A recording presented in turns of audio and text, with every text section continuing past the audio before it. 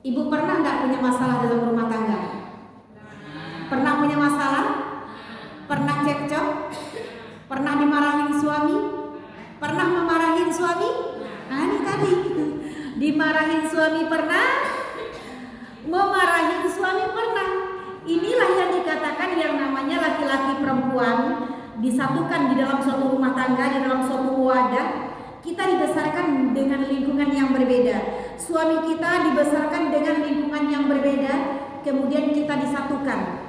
Pasti watak kita dengan watak suami itu berbeda.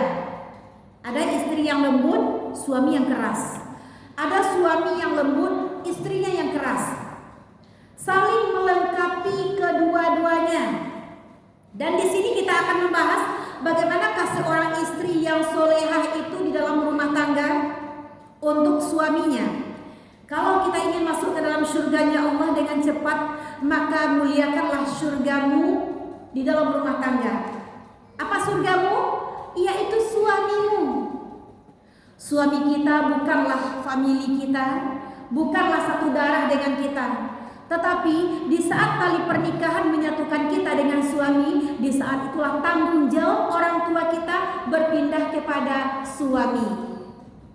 Disinilah kita, kalau kita ingin mendapatkan surganya Allah, jadilah kita istri yang solehah. Bagaimana istri yang solehah? Yang pertama, menyenangkan bila dipandang. Sejuk hati suami memandang istri. Kapan perlu kita nih berdandan untuk suami pada malam hari? Jam 10 malam itu ibu berdandan, pakai minyak parfum sedikit. Atau siramlah dengan air panas badan kita sedikit. Untuk apa? Untuk menyenangkan suami. Ini pertama ini. Jadi kalau engkau ingin masuk ke dalam surganya Allah, senangkan suamimu dengan dandananmu, dengan layananmu kepada suamimu. Bahkan apa kata Rasulullah? Kalau ingin masuk ke dalam surganya Allah itu gampang, bentar masuk surga. Tapi amalan-amalan simpel ini kita jarang untuk mempelajarinya dan mempraktekkannya.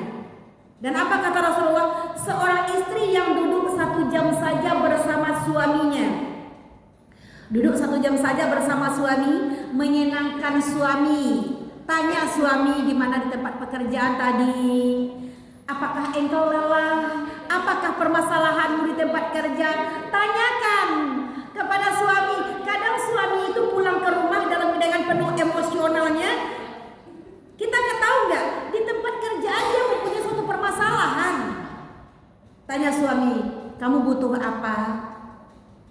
Seorang istri yang duduk 1 jam saja bersama suaminya, dan itu Allah berikan amalannya seperti beribadah semalam suntuk. Masya Allah. Kita jarang, kadang kita duduk dengan suami tetap megang HP. Suami duduk dengan kita tetap megang HP. Ketika istri bilang kepada suami dengan HP-nya juga. Kemudian suami juga menjawabnya dengan HP-nya.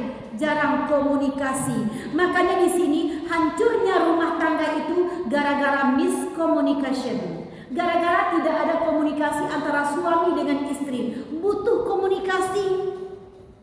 Seorang istri juga seperti itu, ingin ditanya. Kita ditanya aja oleh suami, udah makan ya yang? Udah makan bu?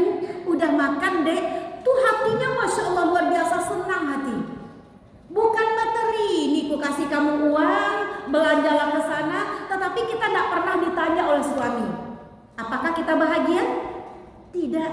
Kita butuh ditanya, bagaimana keadaanmu? Apakah capek engkau dalam mengurus rumah tangga? Kemudian suami yang baik itu, istri yang baik itu tidak sungkan untuk minta maaf satu sama lainnya. Kita bilang kepada suami, mau tidur nih minta maaf kepada suami. Maafkan aku ya bang ya, dalam pelayananku. Mungkin aku pernah salah kepadamu atau kurang kepadamu, tolong maafkan aku. Begitu juga suami sebaliknya, ketika dia pulang dari kerjaannya, tolong minta maaf kepada istri. Wahai istriku, seandainya aku sebagai pemimpinmu ada lengah daripada dirimu, ada aku berbuat kasar kepada dirimu, tolong maafkan aku. Simpel kan? Rumah tangga sakinah itu tidak perlu kaya. Kalau kita lihat terjadinya hancur perceraian di kantor pengadilan itu juga banyak. Bukan orang bodoh saja, orang berpendidikan juga banyak. Terjadi perceraian di pengadilan. Apa mereka yang tidak punya? Ilmu dia punya, uang dia punya, tetapi berakhir di pengadilan. Kita ingin jauh dari itu ya Allah. Perceraian adalah hal yang Engkau halalkan ya Allah, tapi jauhkanlah pada diri kami ya Allah. Apa yang tidak mereka punya? Yang tidak mereka punya adalah komunikasi dan saling pengertian di dalam rumah tangga.